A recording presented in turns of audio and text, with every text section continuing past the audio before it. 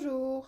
Voilà une vidéo où je vous partage les petites astuces que j'utilise pour mieux faire face à la saison de l'automne et même de l'hiver. Donc c'est des choses qui sont inspirées, que j'ai trouvées en fait dans des bouquins de naturopathie, complètement naturelles et qui vont aider notre organisme à faire face au changement de température, changement de saison, aux virus, aux petites bactéries qui peuvent traîner. Et puis également le petit coup de déprime qu'on a généralement en rentrant dans l'automne avec les jours qui diminuent, le temps gris, la pluie, la petite déprime automnale quoi. Donc voilà, donc c'est ce que j'avais envie de vous partager dans cette vidéo. Alors je commence avec de l'huile d'épinette noire, donc c'est une huile essentielle que j'utilise pour soutenir les surrénales. Alors je la mets le matin, je la dilue dans un petit peu d'huile végétale, vous pouvez prendre de l'amande douce ou toute autre huile que vous voulez. Vous mettez quelques gouttes, donc vous mettez un petit peu d'huile dans le creux de la main, quelques gouttes d'épinette noire et ensuite vous frictionnez le bas du dos parce que les glandes surrénales se situent en haut des reins. Donc ça permet comme ça de les tonifier un petit peu, de les soutenir, sachant qu'elles agissent. Les surrénales, elles sont impliquées dans tout ce qui est stress et système immunitaire. Donc c'est toujours sympa de leur donner un petit coup de pouce. Pour les aider, vous pouvez aussi faire des infusions de cannelle et de gingembre. Alors généralement, moi j'y associe aussi le citron, j'aime bien parce que surtout dans les périodes où il fait un petit peu froid, vous savez même des fois quand on va se balader, on a des changements de température qui peuvent être brusques avec des changements assez importants d'ailleurs entre le matin et l'après-midi et parfois on n'est pas assez ou trop couvert et c'est ce qui fait d'ailleurs qu'on s'enrhume assez facilement. Donc pour lutter contre ces petits coups de froid, ces infusions de cannelle, citron, gingembre sont plutôt chouettes. J'y associe aussi le cassis qui en plus va à la fois aider les surrénales mais aussi tout ce qui est articulation. Donc voilà, plutôt chouette, il y a un double effet. Et ça a un petit goût aussi plutôt agréable. Donc je fais ça le week-end, ou vous pouvez faire aussi le soir en rentrant. Enfin voilà, c'est pas un excitant, donc vous pouvez le prendre à n'importe quel moment de la journée.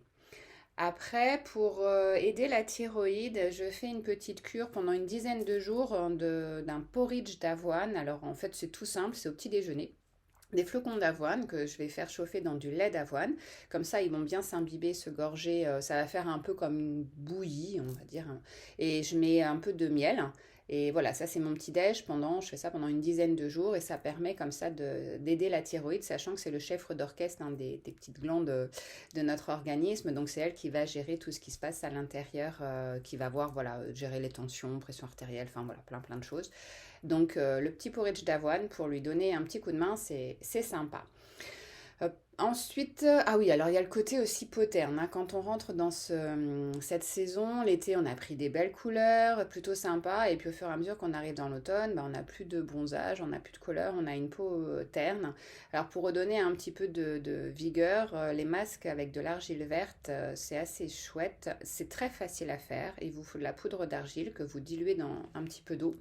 À vous de voir, vous comme ça, vous jugez de la consistance de votre préparation. Pas trop liquide, parce que sinon c'est compliqué à appliquer. Pas trop pâteux non plus, parce que ça va être difficile de pouvoir l'étaler sur la peau.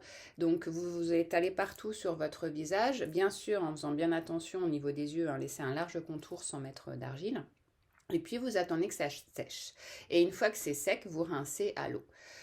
Si vous avez une peau irritée, vous pouvez aussi mettre dans l'argile, dans ce masque à l'argile, du jus de concombre ou de l'aloe vera. Ça va aider aussi un petit peu à nourrir votre peau.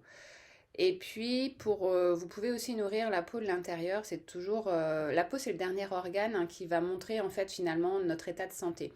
Et cet état de santé va être lié à notre alimentation. Donc, pour nourrir la peau de l'intérieur, il va y avoir bien sûr l'huile d'olive qui est super, et aussi les huiles d'onagre et de bourrache qu'on peut prendre. Alors, vous pouvez trouver des compléments alimentaires sous forme de gélules à avaler. Donc ça, c'est en voie interne. Et puis, vous pouvez aussi y associer en voie externe l'huile d'onagre et de bourrache qui sont assez bien quand on a la peau sèche parce qu'elles vont permettre comme ça de redonner une forme d'élasticité à la peau.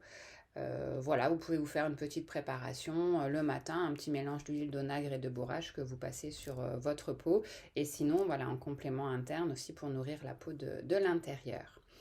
Qu'est-ce que j'utilise encore? Ah oui, je prends aussi de la levure de bière maltée pour aider à avoir une bonne flore intestinale. On le sait maintenant que Tout ce qui est microbiote contribue justement aussi à avoir une bonne immunité, donc c'est important de prendre soin de sa flore intestinale.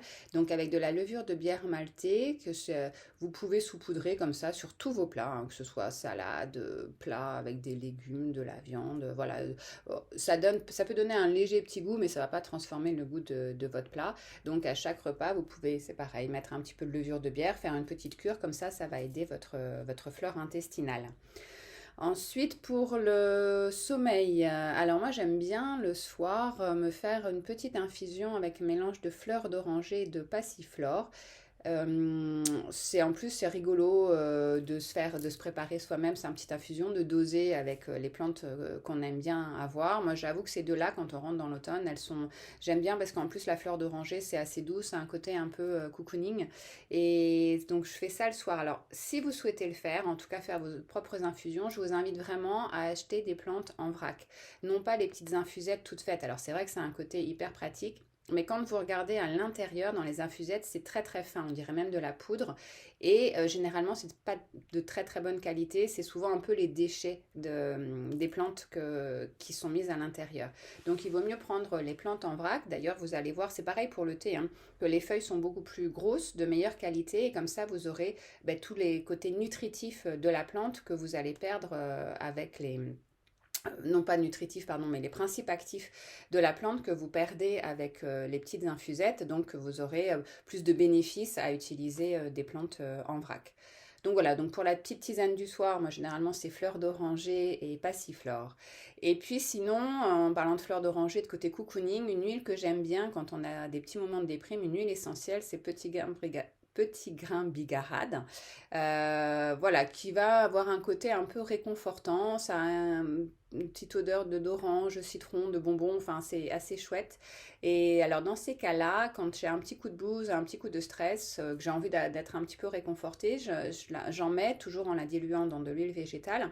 J'en mets soit au niveau des poignets, comme ça, que je frotte l'un contre l'autre, au niveau voilà, du cou, ou sinon du plexus solaire, hein. Vous savez que le plexus solaire, c'est aussi le centre des émotions, et donc voilà, ça a un petit côté comme ça réconfortant, ça fait du bien, et ça fait du bien au moral.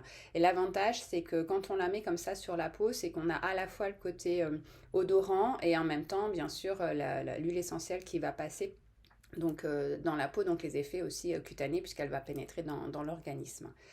Donc voilà, en termes d'huile essentielle pour tout ce qui est voie respiratoire, alors là ça va plutôt être, on va avoir le thym, on va avoir l'eucalyptus, qu'est-ce que j'utilise encore? Ah oui, le Ravinsara. Alors Ravinsara, je la mets souvent sur un petit mouchoir que je trimballe avec moi comme ça toute la journée. Je l'ai dans ma poche, et dès que je sens que j'ai le nez un peu pris, ou que voilà, je me dis qu'il y a peut-être des petits microbes ou autres environnants, je sens le petit Ravinsara, parce que ça a un effet en fait sur les virus, ça peut protéger au niveau des virus, et puis quand on a le nez bouché, quand on est enrhumé, ça permet aussi de dégager le nez. Donc la Ravinsara, et puis sinon, chez vous, vous pouvez faire aussi des petites diffusions de thym, de romarin, d'eucalyptus, de pin aussi. Voilà, vous allez reconnaître, hein, généralement ces odeurs, c'est souvent celles qu'on retrouve même dans les inhalations. Donc j'en utilise aussi dès que là pour le coup j'ai le nez un peu plus pris en inhalation. C'est vrai que ça permet de déboucher vraiment l'organisme, et quand on en diffuse dans la maison, ça permet d'assainir l'atmosphère et de retirer voilà, les microbes ou les virus, les bactéries qui vont, enfin surtout virus et microbes qui vont traîner dans l'atmosphère. Est-ce que j'ai d'autres choses? Est-ce que j'ai noté d'autres choses? Non, je pense qu'on a fait le tour sur ce que j'utilise. Voilà, c'est mes petites astuces. C'est un petit côté, comme je vous disais, pour soutenir le corps, pour rentrer dans cette saison un petit peu plus difficile moralement, ou même au niveau de la santé, où parfois on est plus enclin à attraper un petit peu ce qui traîne. Voilà, bah écoutez, j'espère que ça va vous aider, et puis n'hésitez pas à faire des commentaires et à partager également sous la vidéo si vous avez aussi vos propres astuces qui sont différentes que celles que j'ai proposées aujourd'hui, pour rentrer dans cette saison et faire au mieux avec le temps qu'on a, et voilà, le moral qui est parfois un petit peu en berne. Et ben je vous souhaite une belle journée. À bientôt.